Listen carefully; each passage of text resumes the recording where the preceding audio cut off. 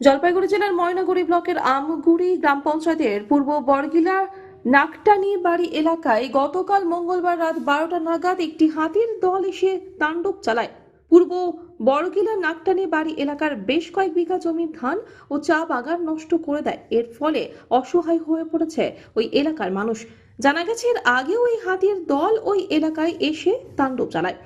এরপরে আবারও গতকাল রাতে জলঢাকা নদী পার হয়ে লোকালয়ে মাকা ঠাকুর আছে ওইটা মানে আমার ধান ফেছে 5-6 বিঘা জমি ধান ফেছে তো 50-60টা হাতি হবে।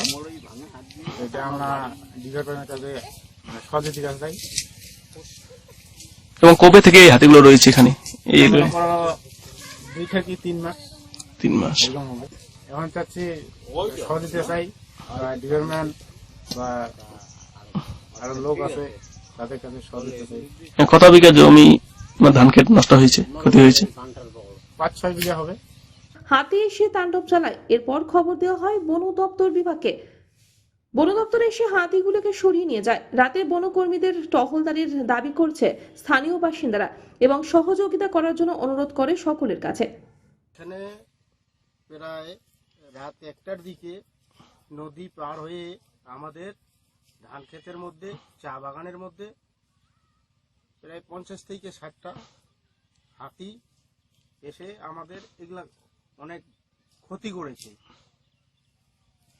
5-6 বিঘা জমিন ধান ক্ষতি করে দিয়েছে, আবার চা বাগান প্রায় 20-40টা গাছ ক্ষতি করে দিয়েছে।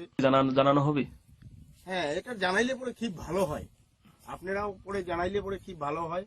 সরকার হাতি পুষছে, হাতির খাদ্য দিবে আমরা জানি, কিন্তু আইসে যে গ্রামে অত্যাচার করবে, এটা পাবলিক আতঙ্কের মধ্যে থাকবে, এটা তো সরকার দায়িত্ব, বন দপ্তরের দায়িত্ব, বুঝলেন? তো এইটুকুই বললাম, আর আমি কিছু বলবো না। এবং কি কি ক্ষতি হয়েছে? আমাদের এই ধান ক্ষতি হয়েছে, আবার এদিকে কতগুলা চা বাগান। জলপাইগুড়ি থেকে কনক অধিকারী রিপোর্ট, আনন্দ বার্তা।